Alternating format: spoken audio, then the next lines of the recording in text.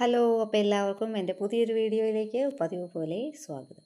ഇന്ന് ഞാൻ ഇപ്പോൾ ഉണ്ടാക്കുന്നത് ഒരു പൊട്ടറ്റോ കറിയാണ് കേട്ടോ. പൊട്ടറ്റോയ്ക്ക് കുറച്ചൊരു വെറൈറ്റി ആയിട്ട് ഉള്ളൊരു കറിയാണ്. എൻ്റെ ഒരു സ്റ്റൈലിൽ ഞാൻ ഒന്നുണ്ടാക്കിയതാണ്.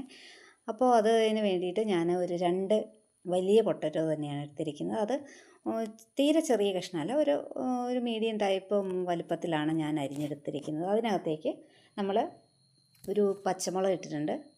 അതുപോലെ തന്നെ കുറച്ച് കറിവേപ്പിലയും ഇട്ടിട്ട് നമ്മൾ കുക്കറിൽ വെച്ച് ഉപ്പ് ഇട്ടതിന് ശേഷം ഒരു 3 വിസിൽ വരെയും വേവിച്ചെടുക്കുക കേട്ടോ.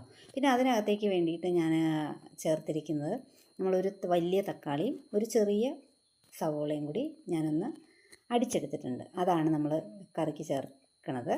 അപ്പോൾ നമ്മൾ അതിന് വേണ്ടിയിട്ട് നമ്മൾ കുക്കറിൽ ഓൾറെഡി നമ്മുടെ പൊട്ടറ്റോ വേവിച്ച് വെച്ചിട്ടുണ്ട്.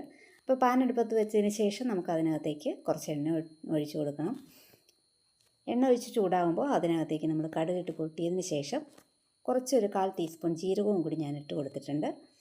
അപ്പോൾ ജീരകം ഇട്ട് നന്നായിട്ട് പൊട്ടിയതിന് ശേഷം നമ്മൾ അരച്ച് വെച്ചിരിക്കുന്ന നമ്മുടെ തക്കാളി പേസ്റ്റ് നമുക്ക് ഇതിനകത്തേക്ക് ചേർത്ത് കൊടുക്കാം. അപ്പോൾ എൻ്റെ വീഡിയോ ആദ്യമായിട്ടാണ് കാണുന്നതെങ്കിൽ, എൻ്റെ വീഡിയോ ഒക്കെ ഇഷ്ടപ്പെടുകയാണെങ്കിൽ എൻ്റെ ചാനലൊന്ന് സപ്പോർട്ട് ചെയ്യുക. അതുപോലെ തന്നെ സബ്സ്ക്രൈബ് ചെയ്യാതെ കാണുന്നവരുണ്ടെങ്കിൽ ഒന്ന് സബ്സ്ക്രൈബ് ചെയ്തും കൂടി സപ്പോർട്ട് ചെയ്യണം.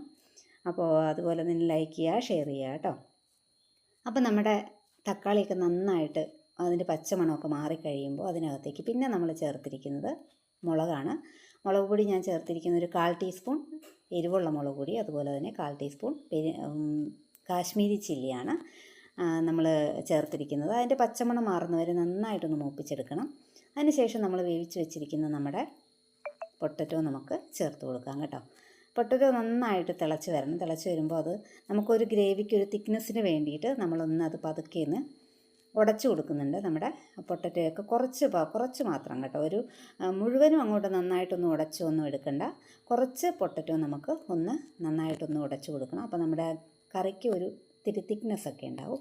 അപ്പോൾ നമ്മുടെ കറി നന്നായിട്ട് അങ്ങോട്ട് തിളച്ച് വന്നിട്ടുണ്ട്. അതിന് ശേഷം നമുക്കിതിനകത്തേക്ക് കുറച്ച് മല്ലിയില ഇട്ട് കൊടുക്കാം. അപ്പോൾ ഈ കറി നമുക്ക് അപ്പത്തിന് അതുപോലെ തന്നെ ചപ്പാത്തിക്കൊക്കെ നന്നായിട്ട് ഒരു യോജിച്ച കറിയാണ്. അപ്പോൾ എല്ലാവരും ഇതൊക്കെ ഒന്ന് ഉണ്ടാക്കി നോക്കണം. അപ്പോൾ ഇത്രയേ ഉള്ളൂ ഇന്നത്തെ വീഡിയോ. അടുത്ത വീഡിയോയുമായി കാണും വരെ എല്ലാവർക്കും ടാറ്റാ.